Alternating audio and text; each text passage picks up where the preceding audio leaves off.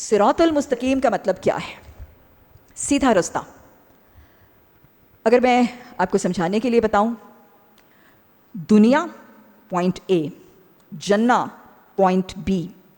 اس دنیا سے جنت تک، اس دنیا سے جنت تک سب سے چھوٹا، سب سے سیدھا، سب سے آسان اور سب سے یقینی رستہ جو سیدھا ون وے جنت ٹو دا ٹکٹ دیتا ہے وہ صراط مستقیم. اور رستے ہوں گے، but the shortest, the easiest, the surest and the purest رستہ جو دنیا سے جنت کی طرف جاتا ہے وہ صراط مستقیم. ارے اور بھی رستے ہوں گے، ادھر سے ادھر، ادھر سے ادھر، ادھر سے ادھر جا کے ادھر.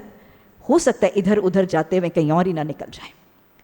تو لہٰذا دنیا سے جنت تک سب سے سیدھا، سب سے چھوٹا، سب سے آسانی اور سب سے یقینی رستہ جو سیدھا دنیا سے جنت کی طرف لے جاتا ہے یہ صراط مستقیم ہے. اس کی دعا مانگی. ظاہر ہے جنت کے طالب ہیں تو قرآن پڑھ رہے ہیں نا. اہدنا الصراط المستقیم. یہاں رک کر ایک بات بتاؤں گی. کیا ہم یہ سوچ کر مطمئن ہو جائیں کہ ہم نے سورہ فاتحہ میں، نماز میں صراط مستقیم کی دعا مانگ لی، اپنے لیے، اپنے بچوں کے لیے مانگ لی، بس ہو جائے گا ہمارا رستہ؟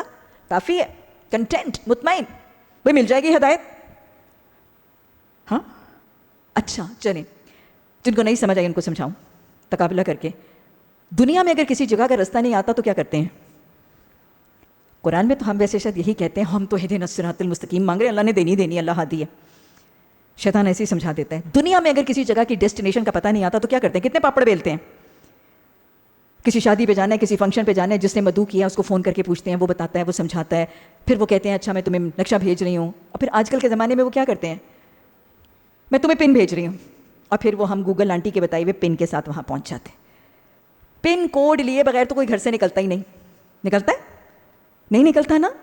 تو بس دنیا، میرا شہر، میری بستی، جہاں میں پلی بڑی ہوئی، اسکولوں کالجوں میں جاتی رہی، اس کی کسی ایک لوکیشن پہ میں نے جانا ہے تو میں پتہ معلوم کیے بغیر، نقشہ حاصل کیے بغیر، پن لیے بغیر میں گھر سے نکلنے کا سوچتی نہیں.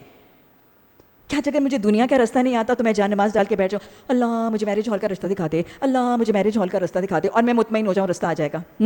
آئے گا؟ وہ جنت کا راستہ ایسے نہیں آئے گا، صرف دعاؤں سے نہیں آئے گا. اس کے لیے کسی کی گائیڈنس بھی ضروری ہے، اس کے لیے روڈ میپ بھی ضروری ہے، اور اس کے لیے پن کوڈ بھی ضروری ہے. اور جنت کے راستے کا روڈ میپ اور گائیڈ ٹو جنت قرآن اور نبی مہربان صلی اللہ علیہ وسلم.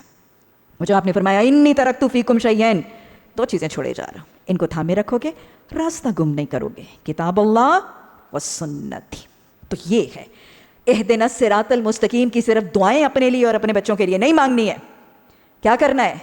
اس قرآن کو بھی پڑھنا ہے، حدیث کو بھی سمجھنا ہے، سنت رسول صلی اللہ علیہ وسلم کو بھی سیکھنا سمجھنا. جن کا راستہ جنت تھا، جن کی منزل جنت تھی، ان کے قدموں پہ چلنا ہے تو وہاں پہنچیں.